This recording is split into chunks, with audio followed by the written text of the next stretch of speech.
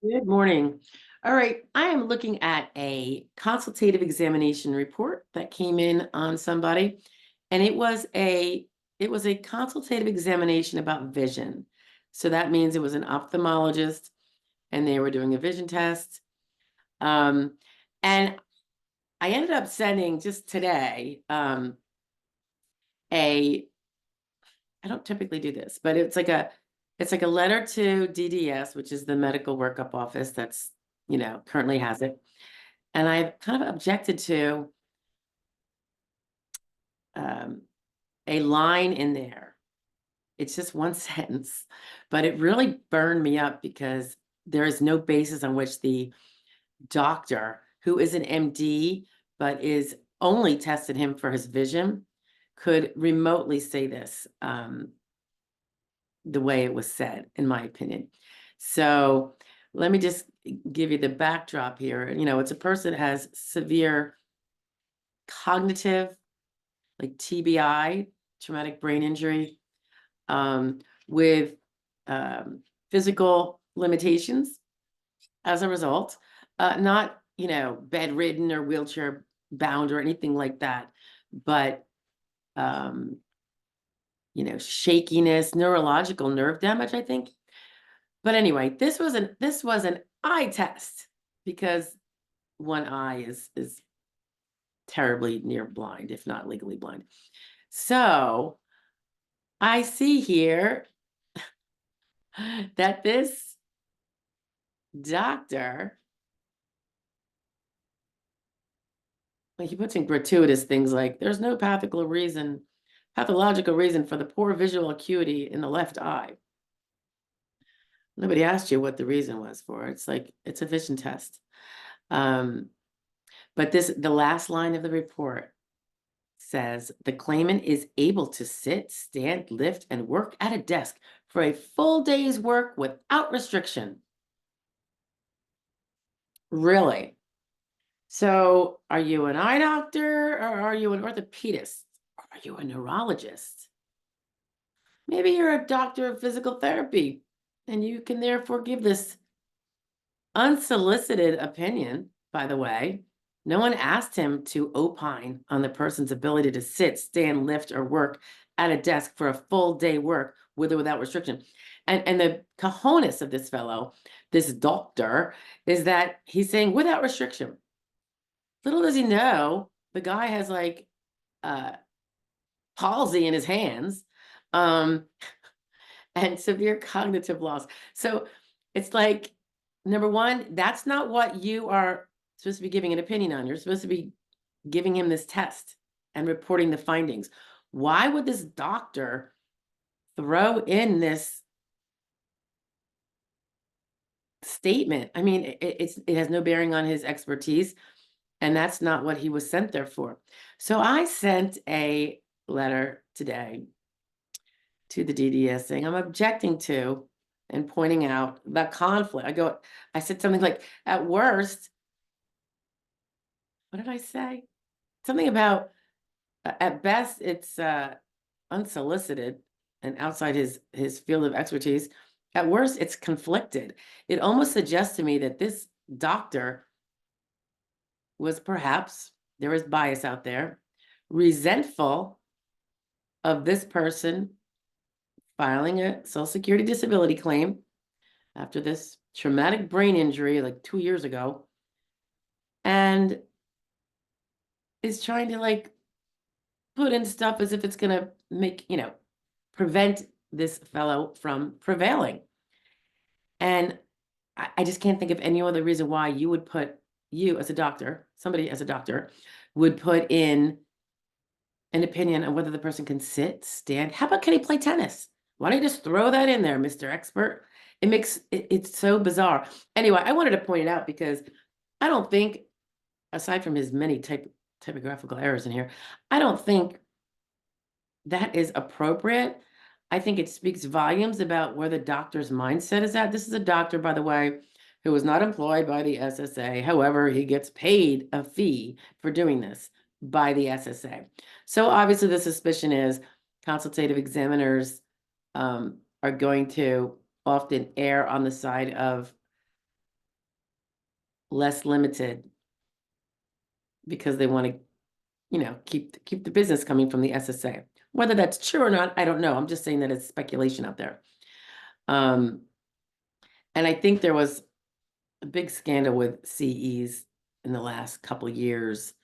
Something went down, but anyway, I just find that to be, so I actually did a letter.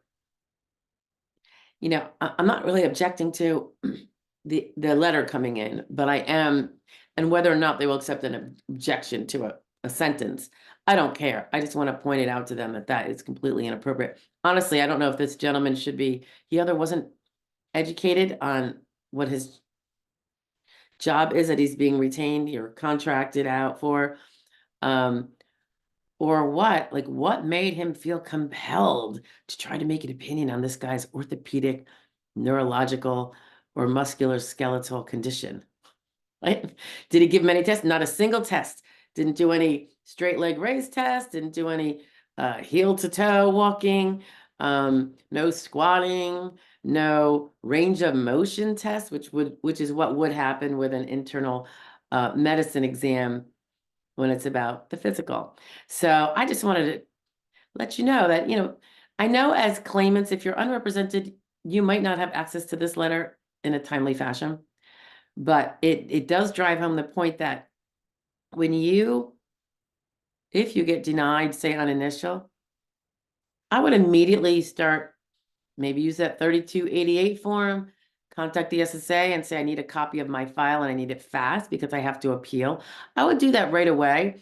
I have another video that suggests not to necessarily appeal the day after you get your denial. You have 60 days. It's a very useful time period that you do not want to waste to do useful things.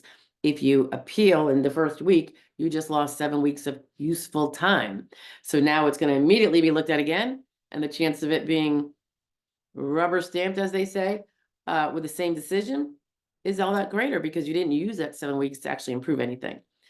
So, well, if you get it and you had a consultative examination, I would look at that and see what may or may not try to always take some decent notes. I have a video on consultative examinations.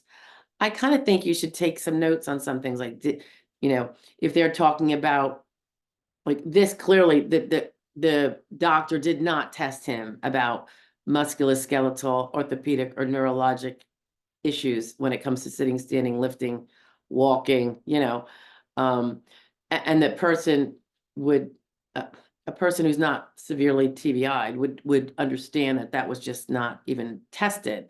And you might be able to do a respectful letter to the DDS saying, he didn't test me about anything with regard to my legs, my back, my ability to sit, stand, lift, or work at a desk. Sit at a desk for a full day.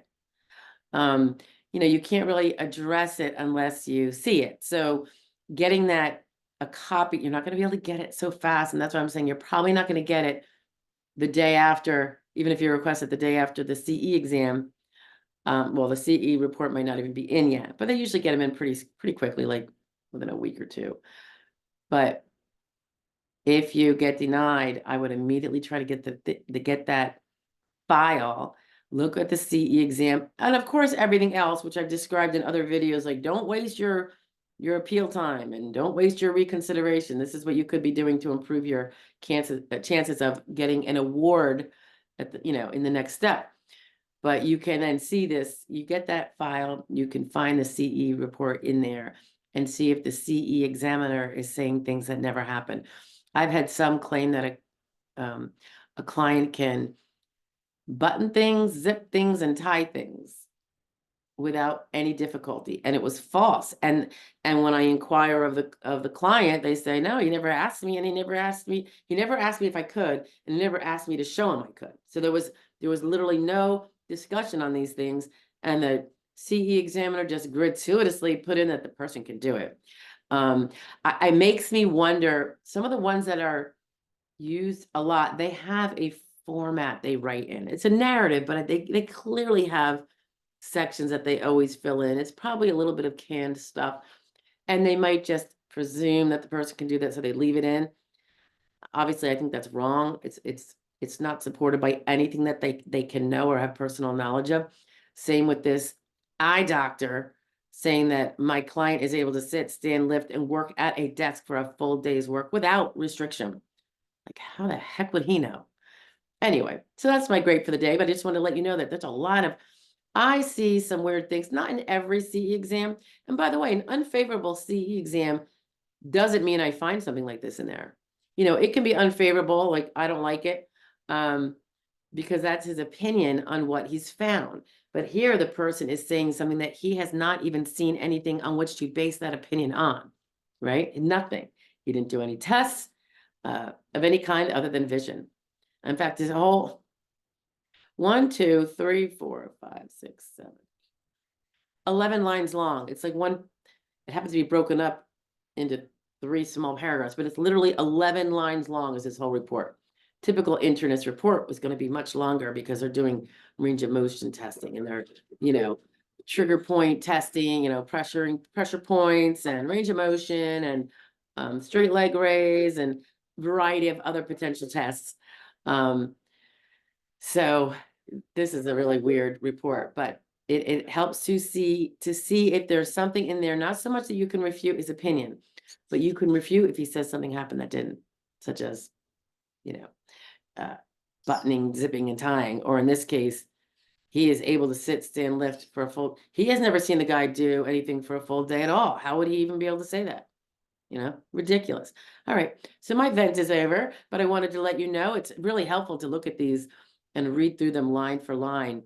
And for me, when it's really egregious like this, I do a letter and I let the DDS know, because you know what, maybe this guy shouldn't be contracted.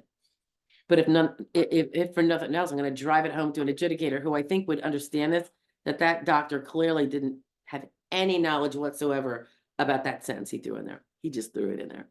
So, and because it's unhelpful, it makes me think maybe he has a little bias against claimants, you know. There is a lot of bias out there, and maybe he wanted to try to stick it to him. But it's pretty funny when an eye doctor tries to do it, because you have no credibility in this area, sir. All right, I'll talk to you later, guys. Bye.